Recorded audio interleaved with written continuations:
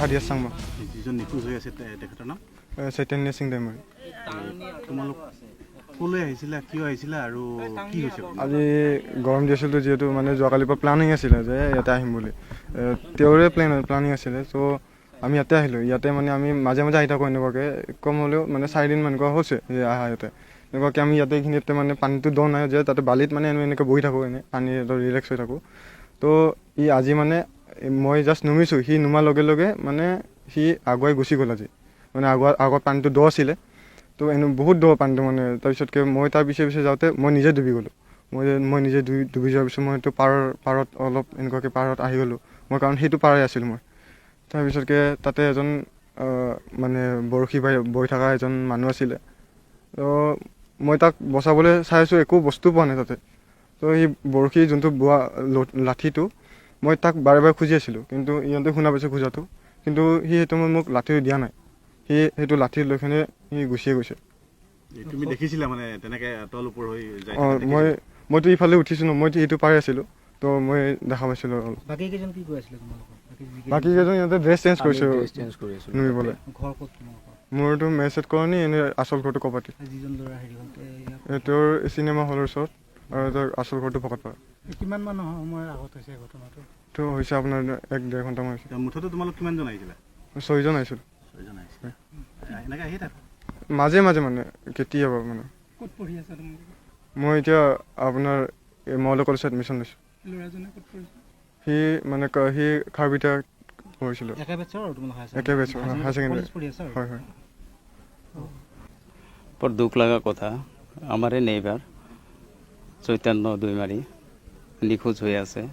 মই হঠাতে ঘৰতে ভাত খাই আছিলোঁ, তেতিয়া শুনা পালোঁ যে মানে এনেকুৱা চৈতন্য পানীত পৰি গৈছে।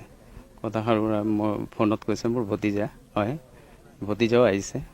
সিহঁতে 6 জন আহিছে, 6 জন আহি কেনে হঠাতে আহিছে। মোৰ ঘৰত শুই আছিল, মোৰ ল'ৰাও আছে, মোৰ ল'ৰাও শুই আছিল। হঠাৎ দেখোন নাই। আপোনাৰ ল'ৰাও আহিছিল? ল'ৰাও আহিছিলে। তে মই তাকে পটককৈ ফোনটো আহিল, মই আচৰিত হৈ গ'লোঁ, ময়ো নাৰ্ভাছ হৈ গ'লোঁ। মোৰ মনটো বেয়া লাগিছে যে নিখোজ হৈ গৈছে, পানীত ডুবি গৈছে, পোৱা যোৱা নাই। তে আমি লৰালৰিকৈ গুচি আহিলোঁ, আহি কেনে চালোঁ, ইয়াতে বিচাৰিলোঁ, চাৰিওফালে বিচাৰিলোঁ, নাপালোঁ। তেওঁৰ কোনো খবৰে নাই। গাঁৱৰ মানুহখিনি গোটেইখিনি নামি গৈছিল, নামি কেনে বিচাৰিছে, টানকৈ বিচাৰিছে, কিন্তু একো পোৱা নাই, সুৰংসূত্ৰই পোৱা নাই। এইখিনি ঠাইতে ডুবিছে বুলি কৈছে। পুনিয়াৰ নোৱা এইটো আৰু পুনিয়াৰ হয় হয়। SDR পৰা খবৰ দিয়া হৈছে। আমাৰ ইয়াৰ গাঁৱৰে এজনে খবৰ দিছে, খবৰ দিয়াত আমাক জনালে, তেনেকৈ খবৰ দিছোঁ, আহিব, আহি কেনে বিচাৰিব। এতিয়া আৰম্ভ কৰা নাই? এতিয়াও আৰম্ভ হোৱা নাই। কিমান সময় হ'ল? 1-1.5 ঘণ্টা হ'লেই না। 6 জন আহিছিল। 6 জন বন্ধুৱে মাজে মাজে আহি থাকে। সিহঁতে যিটো খবৰ পালোঁ, সিহঁতে ক'লে যে আমি মাজে মাজে ইয়াত গা ধুব আহোঁ। কিন্তু এটা বস্তু কি, সিহঁতে সাঁতুৰিব নাজানে। এজনে বোধহয় জানে সাঁতুৰিব। তাকে মই আচৰিত হ'লোঁ। আজিকালি ল'ৰা ছোৱালীৰ এনেকুৱা হৈছে যে কোনো ধৰণৰ কোনো কথাই ৰেষ্ট্ৰিকশ্যনে নামানে। এইটো বৰ বেয়া কথা হৈছে।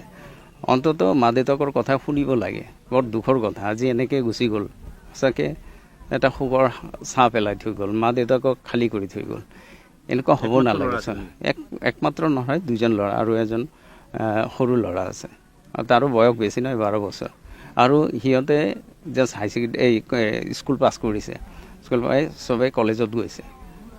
এনেকুৱা অৱস্থাতে এই বস্তুটো হ'ল।